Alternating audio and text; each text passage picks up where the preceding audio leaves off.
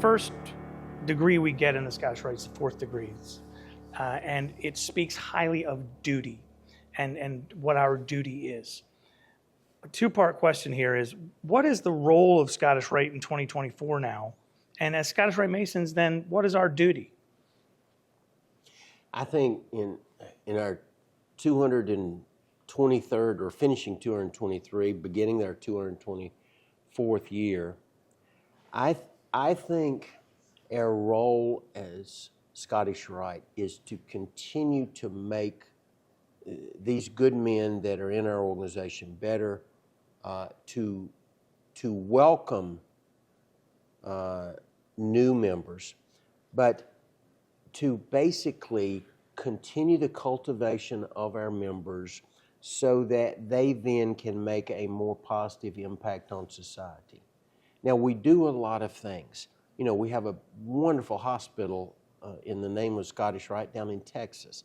We have 170 plus right care programs around the country helping children. We have hundreds of scholarship recipients each year that receive our financial support. We take care of things in our community. So I'm not picking a particular one. I'm saying, as I said earlier in our conversation, we have such a broad diversity of cultures within our organization. We have 220 valleys who each one have unique cultures. We have 39 Orients, each one have a different culture. And if we can continue to empower our members to make themselves a little bit better than they were, and to take that betterment and then put it to work in their local community. And I think our duty is to fulfill our promises. Our duty is to be as good individually as we promised we were going to be, and to continue our own personal journey is our personal duty. I see our personal journey as continuing to walk closer with whatever name we call our Creator, but at the same time by remembering our fellow creatures. So I see a personal duty there, and I see the Scottish Rite duty as continuing to empower those individual journeys so that we can continue to impact the world. One of my favorite humans, and I suspect I'm certain one of yours as well, Miss Mary Ann Cole. A lot of people are critical of our fraternity in general and say, the ladies are excluded. And I don't think that's true. I think that, our business meetings and things like that, ladies don't come into that aspect of it. They're certainly not there at degree work generally, but they play a very vital role and a very visible role in everything we do if it's done right. And that's certainly true of Miss Mary Ann. So how do you see, what she does for us is pretty cool, how she keeps all the other ladies kind of engaged as well as part of a bigger family. When I was elected lieutenant, she talked with Sonny Seal and asked if she could start to do some things with the ladies to continue what Sonny had begun, and to sort of expand on it a little bit, because that's just her nature, as you mentioned. She is very, very strong in her support of the fraternity. She fusses about Masons keeping their obligations probably more often than I do at home, because she just shakes her head and she goes, that's not what he promised to do. And I said, well, maybe you could tell him that directly. I try not to say that just in those words. But, our ladies are very important to us. We said when we joined this that we would not take away from our personal duties and from our personal job and from our relationship to our Creator. So it's very important that they continue to play a role. Now, not all, for example, not all of the council ladies are as involved as some of them. And that's just everybody's different nature. But a good example, yesterday, we learned that one of our council members had a tragic death in his family. A grandson was lost in a tragic accident, and I immediately drafted an email to send out to all of our council members and even our maritime members to let them know, because we are a family. And but before I sent it, I called her and I said, I want you to know about this, and you can forward this to the ladies. Why? Because if I really want information out there fast, I let the ladies be the communication network. So I sent the brothers on the council, the SGIGs and deputies and emeritus members, I sent them an email, but Marianne took her email and crafted it, took my email and put it into a text and sent it to her, as I call them, the ladies. And of course, they knew immediately. And they have this network. So within 2 hours, the wife of that council member who had this tragic loss had received phone calls and text messages from those ladies. And she immediately was supported. And the brethren, within a couple of hours, 2 or 3 of them, I know because they then contacted me and said, hey, I reached out to him. So that's what we do. And it's very important to understand that the spouse is such an important part of our brother's life. So then we have to empower the ladies to at least be informed, to at least understand the picture of what's going on. And when we do that, I will tell you, the Masonic journey for the brother is easier because it can receive more support at home if the wife is knowledgeable about what's going on, number one, and number two, if the wife has the opportunity to participate. So I always love it when we go to events and there are activities for the ladies. That doesn't mean they all have to come, because just as the Mason has to make a decision of his own free will and accord, so does the lady.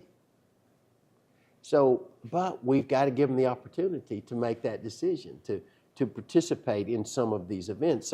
So having these activities for families are very important in my mind. Yeah, the strongest valleys and strongest lodges that I've observed from my little perch here at the House of the Temple and in my travels is the more family-oriented they are, the stronger the lodge. Mm-hmm. The more often that the ladies, the children, are involved, the stronger that group is. Absolutely. When you get time off, which I know happens precious little, like I have a little bird told me that you played golf yesterday. I did. Yeah, and I know you know which little bird. But what do you do to kind of relax, to chill out? Do you, I mean, you know, what are you listening to in the car on the way into work? Are you a talk radio guy? Or you have on the classic rock station, or you know what do you do when you've got that little moment to exhale? Well, as you mentioned, I play golf. I've played golf maybe 3 times this year. I was playing golf before I was elected Grand Commander. I was playing golf about once a week. So I actually had a fairly decent golf game. It's a little embarrassing now, but I play golf, I read, play with grandchildren. The music I like, I've got just a wide variety. I go from, depending on the mood, like classical, easy listening, smooth jazz, classic rock. You know, if I'm in a singing mood, I do classic rock or gospel. So I knew gospel would be in there somewhere. yeah. I suspect a little bluegrass now and again. Too. Yeah, bluegrass. I love the bluegrass. My dad used to play in a little country western band, and my mother was on a clogging team. Some people call it flat footing, but when they're on teams, they call it clogging. And so I have that heritage. But yeah, I love different music. Interestingly, when I'm driving, doing the commute into the office and home, I do not do music anymore. In fact, I canceled my Sirius subscription because I wasn't using it. The answer is, and I'll plead guilty to this, I'm usually on the phone.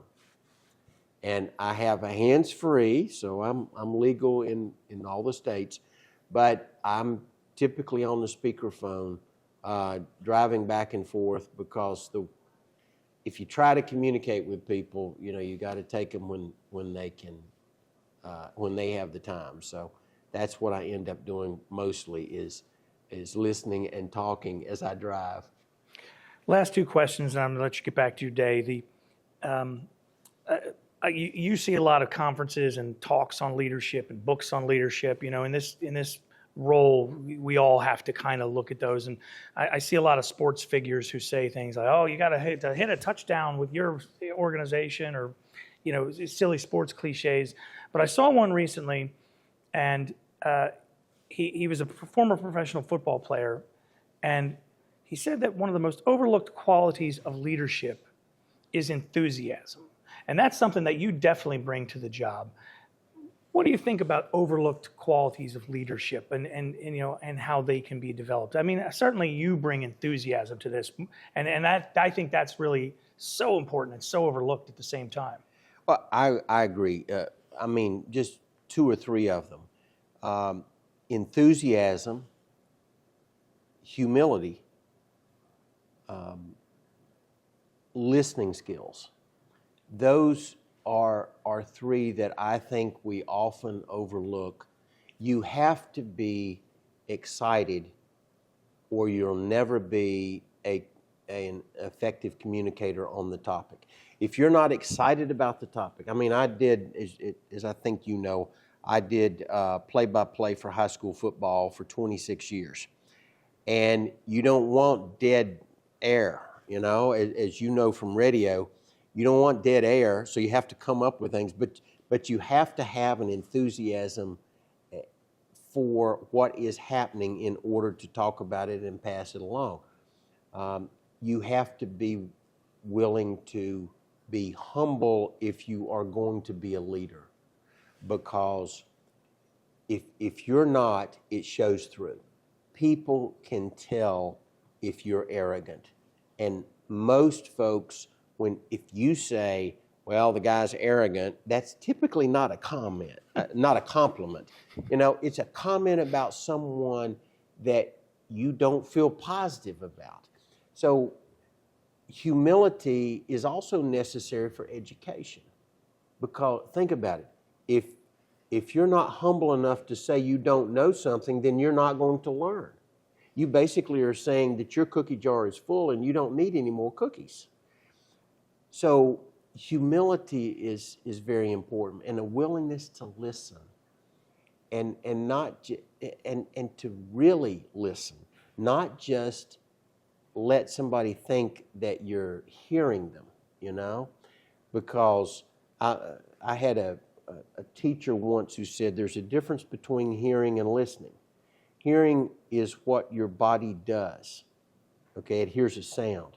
Listening is taking that sound and allowing your brain then to do just a little bit of thinking about it. In other words, register what the sound is. If you hear a noise, you may say that's a dog barking.